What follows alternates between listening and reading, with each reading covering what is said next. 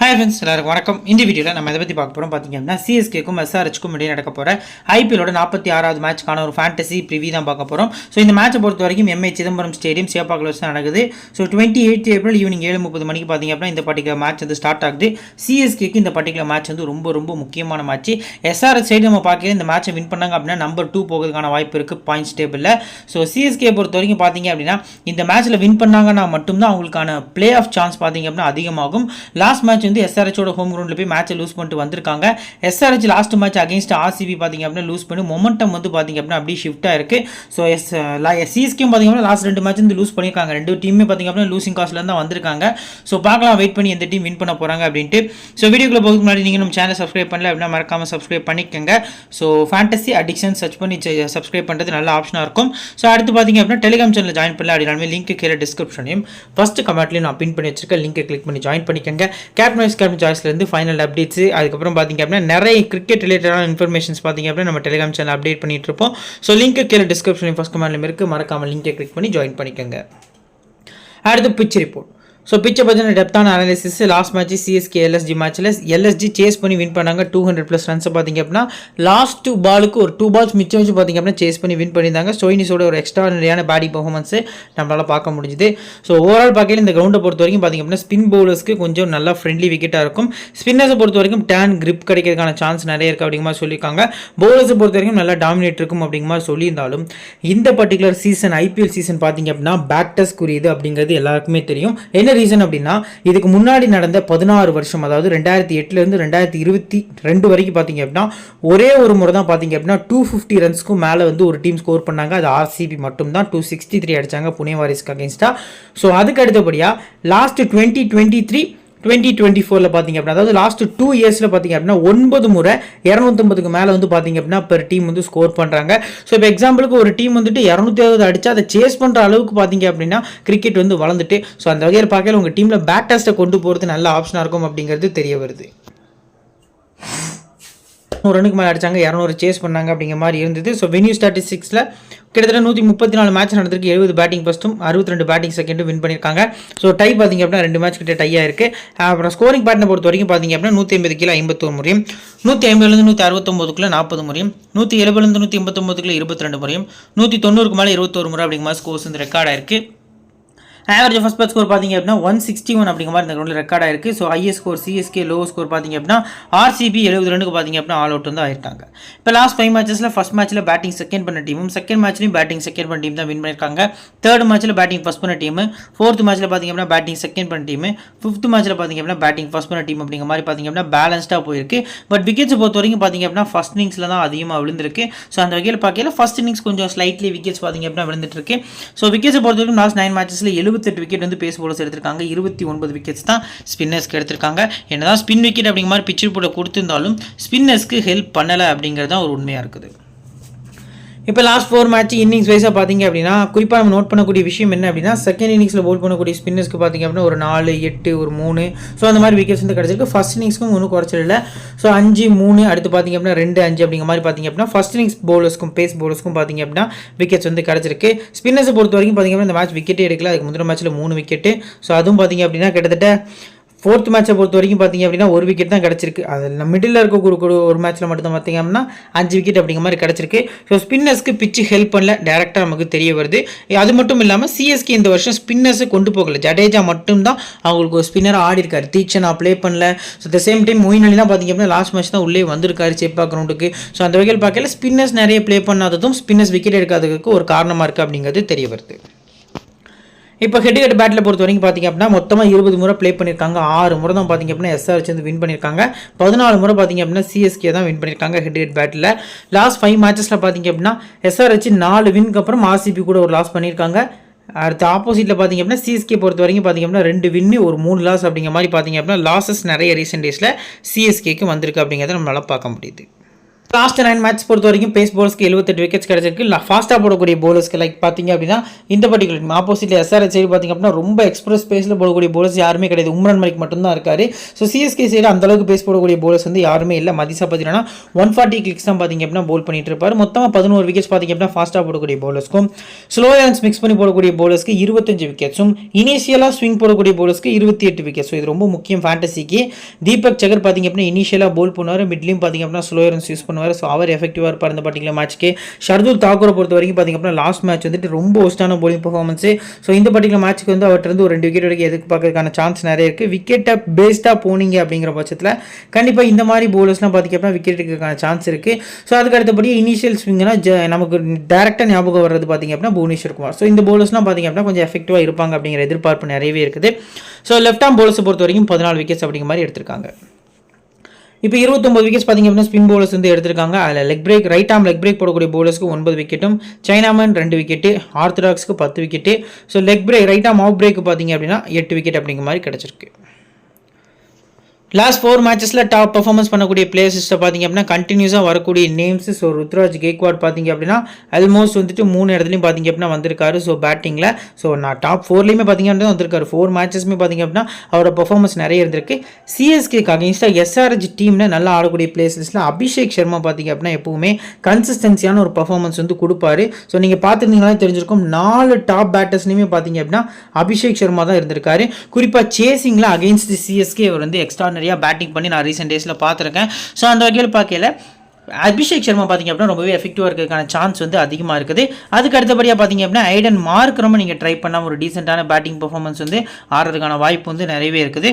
மற்றபடி போலர்ஸை பொறுத்த வரைக்கும் பார்த்தீங்க அப்படின்னா அந்தளவு எஃபெக்டிவான போலர்ஸ் வந்து இல்லை.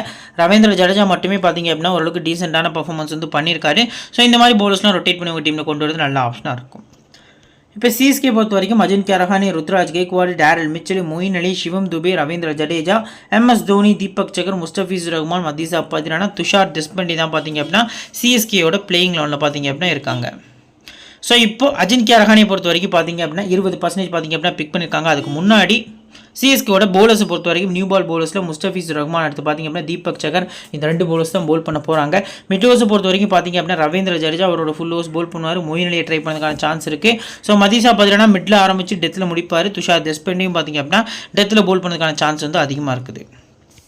ஸோ இப்போ அஜின்க்யா ரஹானே 20% ட்ரை பண்ணியிருக்காங்க. ஆன்கோயிங் ஆவரேஜ்லாம் கொஞ்சம் டீசெண்டாக இருந்தாலும் பேட்டிங் ஃபர்ஸ்ட்டில் நீங்கள் இவரை வந்து நம்பிக்கையாக ட்ரை பண்ணலாம். பேட்டிங் செகண்ட் பண்ணால் ஒரு ரொட்டேஷன் பிக்காக ட்ரை பண்ணுறது நல்ல ஆப்ஷனாக இருக்கும். கேப்டன் கேம்ப் கொடுக்கலாமா அப்படின்னா ரிஸ்கி தான். அஸ் அ பிளேயராக ட்ரை பண்ணுறது நல்ல ஆப்ஷனாக இருக்கும். அடுத்து ருத்ராஜ் கெய்க்வாட் 93% லாஸ்ட் மேட்சோட ஹீரோ. ஒரு வைஸ் கேப்டனாக வந்திருந்தார் சம்திங். 108 ரன் பார்த்தீங்க அப்படின்னா அடிச்சிருந்தார், விக்கெட் கொடுக்கல. ஹெட்லையும் நல்லா இருக்குது, ஆவரேஜ் வென்யூலையும் நல்லா இருக்குது. ஸோ போத் இன்னிங்ஸுமே சூப்பர் ஆடுறதுக்கான சான்ஸ் வந்து அதிகமாக இருக்குது. போத் இன்னிங்ஸுமே பிக் பண்ணுங்கள். மறுபடியும் நான் கேப்டன் வைஸ் கேப்டன் கொடுக்கணும் ப்ரோ, எப்போ ப்ரோ இவருக்கு கொடுக்கலாம் அப்படின்னா நல்லா செட் ஆகியிருக்காரு. ரீசெண்ட் டேஸில் பார்த்தீங்க அப்படின்னா 260 ஒரு 100 அப்படிங்கிற மாதிரி பார்த்தீங்க அப்படின்னா கன்வெர்ட் பண்ணியிருக்காரு. ஸோ ஃபர்ஸ்ட் பேட்டிங்கில் விசி கொடுக்கறது நல்ல ஆப்ஷனாக இருக்கும். ஸோ முக்கியமான பிக்காக பார்த்தீங்க அப்படின்னா ருத்ராஜ் கெய்க்வாட் தெரிய வராரு. அதுக்கு அடுத்தபடியாக பார்த்தீங்க அப்படின்னா டேரல் மிச்சலை வெறும் 13% தான் ட்ரை பண்ணியிருக்காங்க. ஆன்கோயிங் ஆவரேஜ்லாம் கொஞ்சம் டீசெண்டாக தான் இருந்திருக்கு. ஸோ பெருசாக பார்த்தீங்க அப்படின்னா ட்ரீம் டீமில் ஓரளவுக்கான பர்ஃபார்மன்ஸ் வந்து கொடுக்கறது கிடையாது. இவருக்கு பவுலிங் ஆப்ஷனும் இருக்க போகிறது கிடையாது. ஏன்னா இந்த பர்டிகுலர் டீமில் 6 பவுலிங் ஆப்ஷன் இருக்க ரீசன் காண்டி ஸோ இவரை ட்ரை பண்ண மாட்டாங்க அப்படிங்கிற எதிர்பார்ப்பும் நிறையவே இருக்குது. மீண்டும் ரச்சின் ரவீந்திரா உள்ளே ப்ளே பண்ணுறாரா இல்லை வேறு யாரையாவது ட்ரை பண்ணுறாங்களா அப்படிங்கிறத நம்ம வெயிட் பண்ணி தான் பார்க்கணும். மிச்சல் சாண்ட்னருக்கு ஒரு வாய்ப்பு கொடுத்து ஸோ மொயின் அலி பார்த்தீங்க அப்படின்னா டாப்பில் ஆட வைக்கிறாங்களா சிஎஸ்கே அப்படிங்கிறதையும் நம்ம வெயிட் பண்ணி தான் பார்க்கணும். ஸோ அடுத்தபடியாக பார்த்தீங்க அப்படின்னா மொயின் அலியை பொறுத்த வரைக்கும் பார்த்தீங்க அப்படின்னா 26% ட்ரை பண்ணியிருக்காங்க. ஹெட்லையில் கொஞ்சம் டீசெண்டான பேட்டிங் பர்ஃபார்மன்ஸ் வந்து வச்சிருக்காரு. ஸோ வெனி பொறுத்த வரைக்குமே பெருசான பேட்டிங் பர்ஃபார்மன்ஸ் இல்லாட்டாலும் பவுலிங் பர்ஃபார்மன்ஸ் பார்த்தீங்க அப்படின்னா வெனியூவில் கொஞ்சம் டீசெண்டாக இருந்திருக்கு. ஸோ ஆப்போசிட் டீம் பொறுத்த வரைக்கும் அபிஷேக் சர்மா, டிராவிஸ் ஹெட் இந்த 2 லெஃப்ட் ஹேண்டர்ஸ் ஆட போகிற ரீசன் காண்டி மொயின் அலியோட பவுலிங் பார்த்தீங்க அப்படின்னா இந்த பர்டிகுலர் மேட்ச்க்கு ரொம்பவே க்ரூஷியலாக இருக்கிறதுக்கான சான்ஸ் இருக்குது. நியூ பால் பார்த்தீங்க அப்படின்னா மொயின் அலி பவுல் பண்ணதுக்கான சான்ஸ் இருக்குது. ஸோ டிராவிஸ் ஹெட் இல்லைனா அபிஷேக் சர்மாவும் கொஞ்சம் அபிஷேக் சர்மா ஸ்ட்ரகிள்ங்கிறது கொஞ்சம் கஷ்டம் தான்.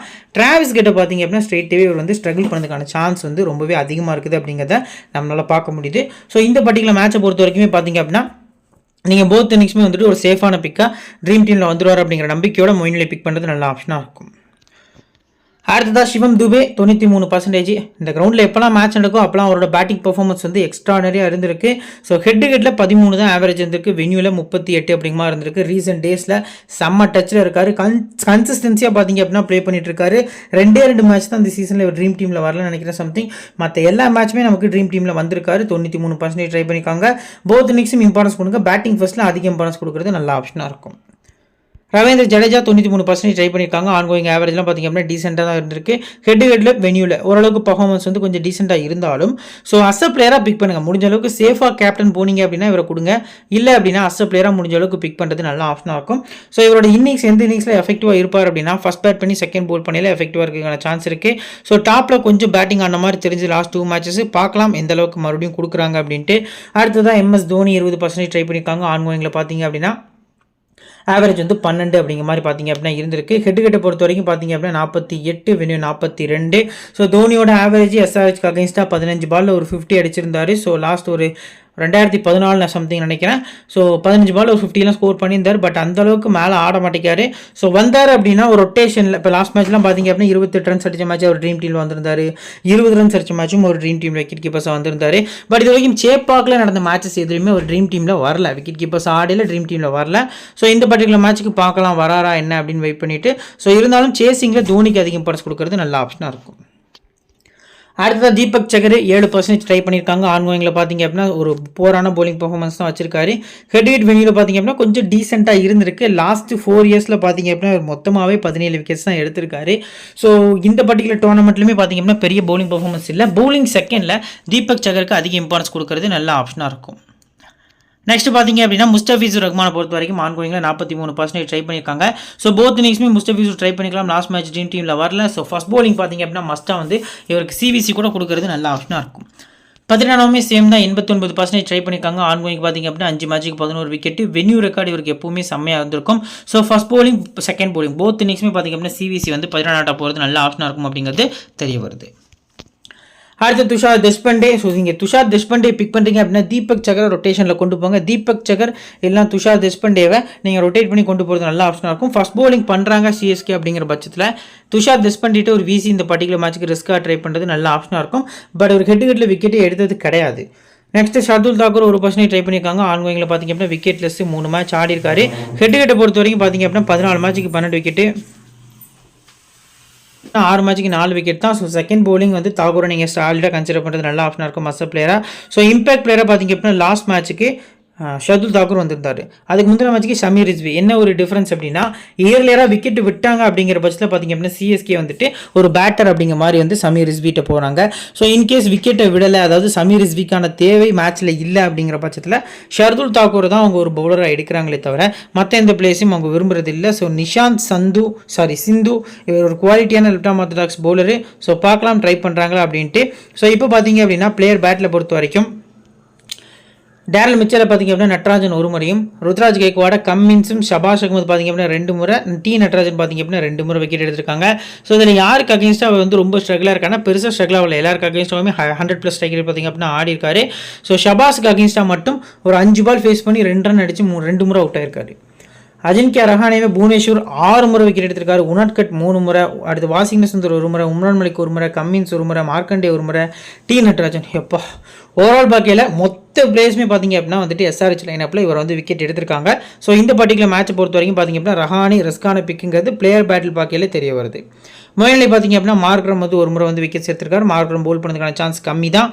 ஸோ அடுத்து பார்த்தீங்க அப்படின்னா சிவம் துபே, நட்ராஜன் 1 முறை, பேட் கமின்ஸ் 1 முறை விக்கெட்ஸ் வந்து எடுத்திருக்காங்க. ஜடேஜாவை, உனட்கட் 1 முறை, புவனேஸ்வர் 1 முறை, நட்ராஜன் பார்த்தீங்க அப்படின்னா 1 முறை விக்கெட்ஸ் வந்து எடுத்திருக்காங்க. ஸோ இதில் அதிகமாக வரக்கூடிய நேம்ஸ் நல்லா நோட் பண்ணிங்கன்னா தெரியும். ஜெயதேவ் உனட்கட் பார்த்தீங்க அப்படின்னா அதிகமாக வந்திருக்காரு. அதுக்கு அடுத்தபடியாக நட்ராஜன், புவனேஸ்வர் குமார் அப்படிங்கிற மாதிரி இந்த 3 பவுலர்ஸோட நேம் பார்த்தீங்க அப்படின்னா கண்டினியூஸாக வந்திருக்கு. இப்போ SRHோட பிளேயிங் 11. ஸோ அதுக்கு முன்னாடி பார்த்தீங்க அப்படின்னா CSKோட இம்பார்ட்டன்ட் 7 பிளேயர்ஸை பொறுத்த வரைக்கும் பார்த்தீங்க அப்படின்னா குறிப்பாக இதில் பார்த்தீங்க அப்படின்னா டாப்பில் ஆடக்கூடிய ருத்ராஜ் கெய்க்வாட நான் ட்ரை பண்ணிக்கூட, மொயின் அலி, அடுத்து சிவம் துபே, ரவீந்திர ஜடேஜா. ஸோ பவுலர்ஸ் பொறுத்த வரைக்கும் தீபக் சகரை கொஞ்சம் ரிஸ்க்காக ட்ரை பண்ணுறேன். ஸோ அடுத்து பார்த்தீங்க அப்படின்னா பத்திரனா, முஸ்டபிஸ்னு சொல்லி என்னோட 7 பிளேஸை நான் ட்ரை பண்ணிக்கிறேன். உங்களுக்கு ரொட்டேஷன் பிக் தேவை அப்படிங்கிற பட்சத்தில் பார்த்தீங்க அப்படின்னா நீங்கள் அஜின்கியா ரஹானி இல்லை டேரல் மிச்சல் உங்களோட ரொட்டேஷன் பிக்கில் கொண்டு வரது நல்ல ஆப்ஷனாக இருக்கும். நெக்ஸ்ட் இப்போ எஸ்ஆர்ஹெச்சோட playing eleven Abhishek Sharma, Aiden Markram, Heinrich Klaasen, Abdul Samad, Nitish Reddy, Shahbaz Ahmed, Pat Cummins, Bhuvneshwar Kumar, Jaydev Unadkat, Mayank Markande, T Natarajan அப்படிங்கிற மாதிரி பார்த்தீங்க அப்படின்னா அவங்களோட பிளேயிங் லெவன் தான் அமைஞ்சிருக்கு. லாஸ்ட் மேட்ச் அகேன்ஸ்ட் ஆர்சிபி ஒரு லூஸில் வந்திருக்காங்க. அதுக்கு முந்தின மேட்ச் டெல்லிக்கு அகேன்ஸ்டாக மறுபடியும் பார்த்தீங்க அப்படின்னா ஒரு 260+ ரன்ஸ் வந்து ஸ்கோர் பண்ணியிருந்தாங்க. ஸோ இந்த பர்டிகுலர் மேட்சை பொறுத்த வரைக்கும் பார்த்தீங்க அப்படின்னா அதே மொமெண்டத்தோட தான் ஆட போகிறாங்க. ஏதாவது லாஸ் பண்ணிட்டோமே நம்ம ஸ்லோ ஆடும் அப்படிங்கிற மைண்ட் செட்டே உங்களுக்கு இருக்காது. ஸோ ஃபாஸ்ட்டாக தான் ஆட போகிறாங்க. அது எப்படி சிஎஸ்கே வந்து ஃபேஸ் பண்ண போகிறாங்க அப்படிங்கிறத வெயிட் பண்ணி பார்க்கணும். ஸோ இந்த பர்டிகுலர் மேட்ச்க்கு நியூ பால் பொறுத்த வரைக்கும் as usual Bhuvneshwar last match ஒரு ஓவர் தான் போல் பண்ணியிருந்தாரு. 11ல் ஆட வைக்கிறதுக்கான சான்ஸ் கம்மி.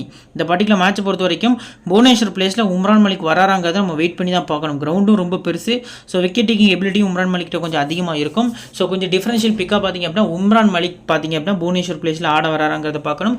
லாஸ்ட் மேட்ச் ஒரே ஒரு ஓவர் தான் பார்த்தீங்க அப்படின்னா புவனேஸ்வர் போல் பண்ணியிருந்தாரு. அது பார்த்தீங்க அப்படின்னா ஆர்சிபிக்கு அகேன்ஸ்டாக ஒரு பெரிய ட்ராபேக்காக இருந்தது. ஸோ சேஞ்ச் பண்ணுறாங்களா அப்படிங்கிறத வெயிட் பண்ணி தான் பார்க்கணும். அதுக்கு அடுத்தபடியாக பார்த்தீங்க அப்படின்னா நியூ பால் இவர் கூட ஷேர் பண்ண போகிறது பேட் கமின்ஸ் வந்து ஷேர் பண்ணதுக்கான சான்ஸ் இருக்குது.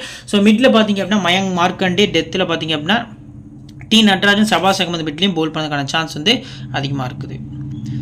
ஸோ இப்போ பார்த்தீங்க அப்படின்னா 90% ட்ரை பண்ணியிருக்காங்க. ஆன்கோயிங் ஆவரேஜ் பார்த்தீங்க அப்படின்னா 36, ஹெட் வெனியில் பார்த்தீங்க அப்படின்னா கொஞ்சம் டீசெண்டாக இருந்திருக்கு. ஸோ இந்தியா ஏ டீமுக்கு ப்ளே பண்ணி நல்லா ஆடி இருக்காரு இந்த பர்டிகுலர் கிரவுண்டில். ஸோ அதுக்கப்புறம் பார்த்தீங்க அப்படின்னா நிறைய சைதுக் முஸ்டாக் அலி ட்ராஃபி அந்த மாதிரி ட்ராஃபிஸ்லாம் பார்த்தீங்க அப்படின்னா இந்த கிரவுண்டில் கொஞ்சம் டீசெண்டான பேட்டிங் பர்ஃபார்மன்ஸ் பார்த்தீங்க அப்படின்னா பண்ணியிருக்காரு.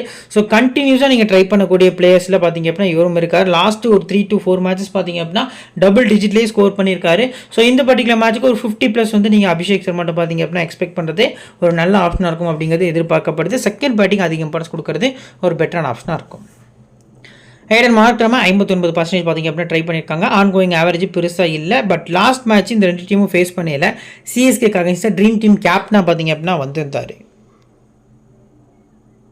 பார்த்தீங்க அப்படின்னா அவர் அந்த டீம் கரெக்டாக சிஎஸ்கேக்கு அகேன்ஸ்டாக ஹைதராபாத் கிரவுண்டில் வச்சு அடிச்சது தான் சேசிங்கில். ஸோ இந்த பர்டிகுலர் மேட்ச்சுக்கு மார்க்ரம் பார்த்தீங்க அப்படின்னா ரொம்ப முக்கியமான பிக்கு. போத் இன்னிங்ஸுமே பார்த்தீங்க அப்படின்னா நீங்கள் மார்க்ரமை அஸ் அ பிளேயரை ட்ரை பண்ணிக்கலாம். பேட்டிங் ஃபஸ்ட் பண்ணாங்க அப்படின்னா ஒரு சிவிசி கொடுக்கறது நல்ல ஆப்ஷனாக இருக்கும். அடுத்து பார்த்தீங்க அப்படின்னா ஹென்ரிச் கிளாசனை பொறுத்த வரைக்கும் இந்த பர்டிகுலர் மேட்ச்க்கு ஒரு முக்கியமான பிக்காக ட்ரை பண்ணிக்கலாம். 96% பிக் பண்ணியிருக்காங்க. Ongoing average 45. ஸோ அதிக சிக்ஸஸ் பார்த்தீங்க அப்படின்னா அடிச்சிருக்காரு ஷபாஸ்க்கு அடுத்து அபிஷேக் சர்மாவுக்கு அடுத்தபடியாக. ஸோ 17 பார்த்தீங்க அப்படின்னா அவரோட ஆவரேஜாக இருந்திருக்கு. ஹெட்ல வெனியூலும் 17 தான் அவரோட ஆவரேஜாக இருந்திருக்கு. ஸோ ஹெட் வெனியூ ரெக்கார்ட் வச்சு போனீங்க ஜடேஜாக்கு அகேன்ஸ்ட் ஒரு பேட்டில் இருக்கும்னு யோசிச்சிங்கன்னா ஸ்கிப் பண்ணிக்கலாம். ஜடேஜா சாண்ட்னர் இந்த ரெண்டு பிளேஸும் ப்ளே பண்ணுறாங்க 11ல் அப்படிங்கிற பட்சத்தில் நீங்கள் ஒரு ஸ்கிப் பண்ணிக்கலாம். மற்றபடி நம்ம பார்க்கல இவரை பொறுத்த வரைக்கும் ட்ரீம் டீமில் கண்டிப்பாக வந்துருவார். ஆப்போசிட் டீமில் தோனி டவுன் தி ஆர்டர் வர ரீசன் காட்டி ஒரு சேஃபான பிக்காக பார்த்தீங்க அப்படின்னா தெரிய வராரு. அப்துல் சமாத் 16% ட்ரை பண்ணியிருக்காங்க. ஆன்கோயிங்கில் 25 ஆவரேஜ். இந்த கிரவுண்ட் ரெக்கார்டை பொறுத்த வரைக்கும் 3 மேட்ச் ஆடி 13 ரன் அடிச்சிருக்காரு. ஸோ ரொட்டேஷன் பிக் தான் இவரும் பார்த்தீங்க அப்படின்னா டாப்ல. ஏன்னா இந்த பர்டிகுலர் மேட்ச்க்கு எஸ்ஆர்ஹெச் டாப்ல இனிஷியலாக விக்கெட் விடுற மாதிரி தெரியுது. டிராவிஸ் கெட்டுமே பார்த்தீங்க அப்படின்னா கீழே பார்க்கலாம் டிராவிஸ் கிட்ட பற்றி. ஸோ அவரும் ஈஸியாக அவுட் ஆகிற மாதிரி தான் இருக்குது. அந்த வகையில் பார்க்கல அப்துல் சமாதோட இம்பாக்ட் மேட்ச்சில் இருக்கிறதுக்கான சான்ஸ் வந்து அதிகமாக இருக்கும் அப்படிங்கிற எதிர்பார்ப்பு நிறையவே இருக்குது. அடுத்து பார்த்தீங்க அப்படின்னா நிதிஷ்குமார் ரெட்டி ரொம்ப முக்கியமான பிளேயர். இந்த பர்டிகுலர் மேட்ச்க்கு கன்ஃபார்ம் ட்ரீம் டீமில் வரக்கூடிய லோ பர்சன்டேஜ் பிக்ஸில் பார்த்தீங்க அப்படின்னா நிதிஷ்குமார் ரெட்டி வந்து ஒரு பெஸ்ட் பிளேயராக தெரிய வராரு. பேட்டிங் வச்சு பார்த்தீங்க அப்படின்னா கண்டிப்பாக வந்துருவார். ஸோ பவுலிங் கொடுக்குறாங்களாங்கிறதையும் நம்ம வெயிட் பண்ணி தான் பார்க்கணும். ஆன்கோயிங் ஆவரேஜை பொறுத்த வரைக்கும் பார்த்தீங்க அப்படின்னா 128 ரன் அடிச்சிருக்காரு 6 இன்னிங்ஸில். கொடுங்க அஸ் அ பிளேயராக பிக் பண்ணுறது நல்ல ஆப்ஷனாக இருக்கும். ஷாபாஸ் அகமது பொறுத்த வரைக்கும் 27% ட்ரை பண்ணியிருக்காங்க. Left arm orthodox against CSK கொஞ்சம் குவாலிட்டியான போலிங் பர்ஃபார்மன்ஸும் வெளிப்படுத்தியிருக்காரு. செகண்ட் போலிங் பண்ணுறாங்க எஸ்ஆர்ஹெச் அப்படிங்கிற பட்சத்தில் லாஸ்ட் மேட்ச் வந்துட்டு 40, அதுக்கு முந்தின மேட்ச் பார்த்தீங்க அப்படின்னா 50. ஸோ பேட்டிங்கும் எக்ஸ்ட்ரா நேரம் ஆடிட்டு இருக்காரு. உங்களுக்கு கிராண்ட் லீகை பொறுத்த வரைக்கும் பார்த்தீங்க அப்படின்னா ஒரு சேஃபான ஆல்ரவுண்டர் ஐடன் மார்க்ரம் கூட கம்பேர் பண்ணல டபுள் ஆப்ஷன் இருக்கக்கூடிய ஆல்ரவுண்டர் தெரிய வராரு. அடுத்ததாக பேட் கமின்ஸ் 75% ட்ரை பண்ணியிருக்காங்க. ஆன்கோயிங்கில் 8 மேட்ச்சுக்கு 10 விக்கெட் எடுத்திருக்காரு. ஹெட்டில் கொஞ்சம் டீசென்ட்டான போலிங் பர்ஃபார்மன்ஸு வெளியிலையும் பார்த்திங்க அப்படின்னா டீசெண்டாக இருந்தாலும் பேட்டிங் இவரால் ஆட முடியும். லாஸ்ட் மேட்ச் வந்து ஒரு மேட்ச்சுக்கு வந்து காமிச்சிருந்தார் 3 6 அடிச்சு. குறிப்பாக சிஎஸ்கேக்கு அகேன்ஸ்டாக மும்பைக்கு அகேன்ஸ்டாலாம் இவரோட பேட்டிங் டேலண்ட் பார்த்திங்க அப்படின்னா செம்மையாக இருக்கும். ஸோ 15 பால் 16 பாலெல்லாம் பார்த்திங்க அப்படின்னா 50 அடிச்சுட்டு மேட்சை வின் பண்ணி கொடுத்துட்டு போயிடுவார். ஸோ அந்த வகையில் பார்க்கல இந்த பர்டிகுலர் மேட்ச்சுக்கு நான் ஒரு ஆல்ரவுண்டராக பேட் கமின்ஸை பார்த்தீங்கன்னா மஸ்ட்டாக ட்ரை பண்ணிக்கிடுவேன். ஸோ ஃபஸ்ட்டு போல் பண்ணி செகண்ட் பேட்டிங் பண்ணுறாங்க அப்படின்னா பேட் கமின்ஸ் நீங்கள் ஒரு கேப்டன் வைஸ் கேப்டன் இந்த பர்டிகுலர் மேட்ச்க்கு போகிறது நல்ல ஆப்ஷனாக இருக்கும். புவனேஸ்வர் 5% 5 விக்கெட் கூட எடுக்கல ஆன்கோயிங் சீரீஸில். ஒஸ்ட் போலிங் பர்ஃபார்மன்ஸில் இருந்திருக்காரு. ஹெட்டில் 12 மேட்ச்சுக்கு 19 மேட்ச்சில் 12 விக்கெட்டு, வென்யூவில் 9 மேட்ச்சுக்கு 6 விக்கெட் சொல்லி ஒரு worst bowling performance. So ongoing சீரீஸும் ரொம்பவே போராக இருந்திருக்கு. ஸோ ரொட்டேஷன் பிக் தான் ஃபஸ்ட் போலிங்காக மட்டும் நீங்கள் உங்கள் டீமில் கொண்டு வரது நல்ல ஆப்ஷனாக இருக்கும். அடுத்தபடியாக பார்த்தீங்க அப்படின்னா Unadkat. So last match 100th match வந்து ஆடிந்தார் ஐபிஎல்ல. ட்ரீம் டீம் வைஸ் கேப்டனாக பார்த்தீங்க அப்படின்னா வந்திருந்தார். 14% ட்ரை பண்ணியிருக்காங்க. ஹெட்ஹெட்டில் 12 மேட்ச்க்கு 8 விக்கெட்டு, வெளியில் ஒரு மேட்ச் ஆடி ஒரு விக்கெட் அப்படிங்கிற மாதிரி எடுத்திருக்காரு. இவரோட ஸ்லோயர் வந்து மீண்டும் இந்த பிச்சில் எஃபெக்டிவாக இருக்கிறதுக்கான சான்ஸ் இருக்குது. மீண்டும் எஸ்ஆர்ஹெச் வந்து ஃபர்ஸ்ட் பவுல் பண்ணுறாங்க அப்படிங்கிற பட்சத்தில் இவர் எஃபெக்டிவாக இருக்கிறதுக்கான சான்ஸ் அதிகமாக இருக்குது. ஃபர்ஸ்ட் பவுலிங்கில் அதிக இம்பார்ட்டன்ஸ் கொடுக்குறது நல்ல ஆப்ஷனாக இருக்கும். நெக்ஸ்ட்டு மயங்க் மார்க்கண்டே எஃபெக்டிவான பவுலரு. செகண்ட் இன்னிங்ஸ் வந்து நீங்கள் மார்க்கண்டேவை டெஃபினட்டாக பார்த்தீங்க அப்படின்னா பிக் பண்ணுறது நல்ல ஆப்ஷனாக இருக்கும். இந்த கிரௌண்டில் ஒரு மேட்ச் ஆடி 2 விக்கெட் எடுத்திருக்காரு. செகண்ட் பவுலிங்கில் எடுத்திருக்காரு. எக்கனாமிக்கலாக பவுல் பண்ணியிருக்காரு. 5.75 அப்படிங்கிறது T20 ஃபார்மேட்டை பொறுத்த வரைக்கும் ரொம்பவே எக்கனாமிக்கலான பவுலிங்கு.